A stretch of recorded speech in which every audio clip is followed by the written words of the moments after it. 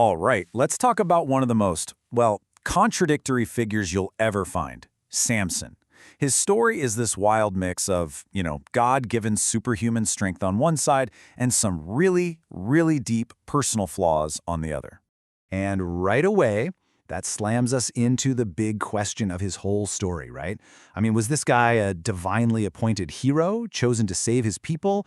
Or was he just a reckless, impulsive man-child who, just happened to have superpowers? Let's get into it. And yeah, this really breaks it down perfectly. I mean, on one side, you've got the legend, right? The guy who could kill a lion with his bare hands, take down whole armies by himself. But then there's the other side, the reality. A guy whose life was just a series of disastrous choices, a fatal weakness for the wrong women, and a complete and total disregard for the sacred vow, the very thing that gave him his power in the first place. Okay, so to really get Samson, you can't have to get the world he lived in. We're talking around 1100 BC. He was the 12th and last of Israel's judges. But here's what made him different.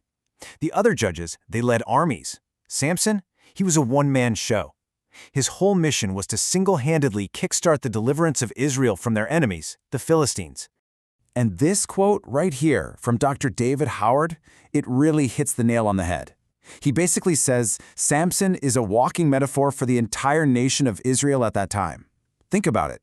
God is using him for this huge, divine purpose, but his personal life, it's a total mess of him constantly turning his back on God, which is exactly what the nation he was supposed to be leading was doing.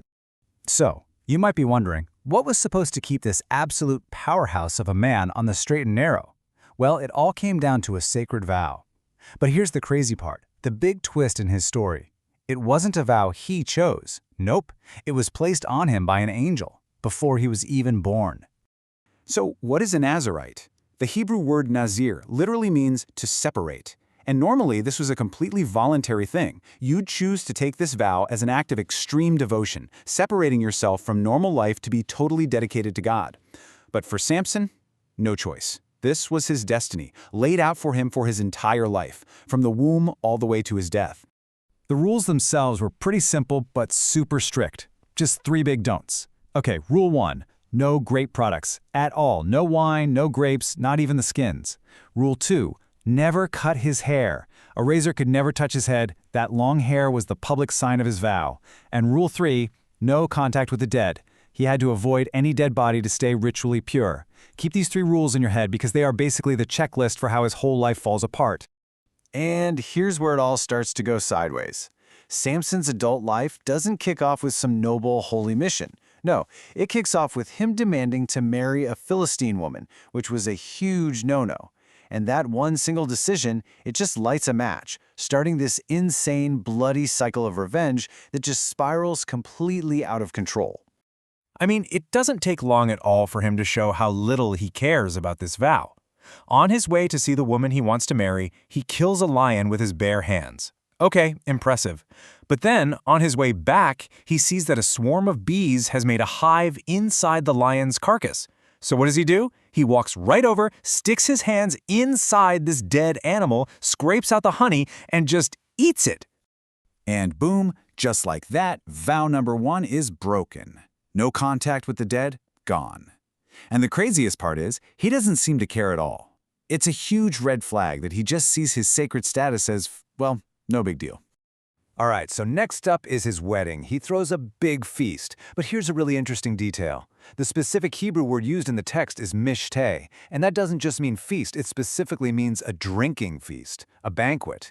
So we're not just talking about a nice dinner. This was a week-long party, and booze was at the center of it. So there you have it. Vow number 2 is completely shattered. I mean, we're only 2 major events into his adult story, and he's already broken 2 of the 3 rules that were supposed to define his entire life. And from here, things just get absolutely chaotic. So at this feast, he tells a riddle. The Philistines can't solve it, so they threaten his new wife, who gets the answer out of him for them. Samson is furious, so he goes and kills 30 Philistine men to pay off the bet. But while he's gone, his father-in-law gives his wife away to his best man. So Samson retaliates by catching 300 foxes and setting their fields on fire. So they retaliate by burning his ex-wife and her father alive. And so Samson retaliates again by slaughtering a bunch of them. It's just this horrific, out-of-control domino effect of pure violence. And this whole just bloody mess, it all leads to this absolutely mind-blowing moment. He gets cornered by the Philistines. The Spirit of the Lord comes over him. He snaps his ropes, picks up the jawbone of a donkey, and kills 1,000 men. 1,000, single-handedly. The power is just, it's off the charts. But you have to remember, all of this is being fueled by nothing but personal revenge. So, after all of that, you'd really think he would learn his lesson about getting involved with Philistine women. But nope, he doesn't. And that, of course, brings us to the most famous part of his story, Delilah. She comes into the picture, and spoiler alert, she's secretly working with the Philistine leaders to figure out the secret to his incredible strength. So she asks him 4 times, and with each try, you can just feel the tension ratcheting up. First, he lies. Just tie me up with fresh bowstrings. He snaps them like thread. Okay, attempt 2. He lies again. Use new ropes. He breaks those just as easily. The 3rd time, he gets dangerously close to the truth. He tells her to weave his hair into a loom. He wakes up and just rips the entire machine out of the wall. He's playing this incredibly dangerous game, toying with her.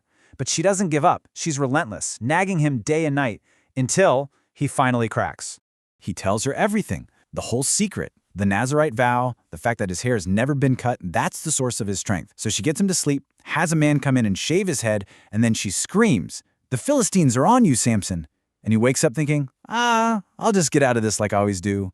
And that's when we get maybe the most heartbreaking line in the whole story. He did not know that the Lord had left him. The last vow is broken, the strength is gone, and just like that, he's captured. And the Philistines don't just lock him up, they want to humiliate him completely. They gouge out his eyes and they force him to do the work of an animal, grinding grain in a mill. Then, during this huge festival for their god, Dagon, they drag the once mighty Samson out into the middle of the temple, just to be a sideshow for the laughing crowds. But the story gives us this one tiny, almost ominous little detail. A little bit of foreshadowing. While he was a prisoner, his hair, the symbol of his broken vow, but also of his strength, it started to grow back. And you have to picture the scene here. It's massive. The temple's packed. We're told there were 3,000 Philistines just on the roof, all of them watching, all of them mocking this blind, broken man who used to be Israel's champion. So Samson, blind and humiliated, makes this one simple request. He asks the boy leading him to just let him feel the pillars, the main pillars holding up the whole temple. And what's fascinating is that archaeology has actually found Philistine temples from that exact time period, and they were built with this design, 2 central pillars holding up the whole roof. And it's right there, between those 2 pillars, that Samson prays. And for maybe the first time in his life, it seems like a truly sincere prayer.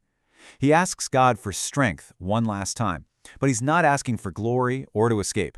He's asking for revenge. His exact words are something like, "So that I may be avenged on the Philistines for my 2 eyes." He plants himself between the pillars, pushes with everything he has left, and they give way. The entire temple comes crashing down, killing everyone inside, including Samson himself. And the final summary of his life is this one staggering fact. With that one final act, he killed more of his enemies than in his entire violent life put together. So that leaves us with a big question, doesn't it? Was that final act a moment of redemption? Did he finally fulfill his divine mission in the end? Or was it just the biggest final act of personal revenge from a man who was always driven by it? It's just such a powerful ending to a story that is truly as tragic as it is triumphant.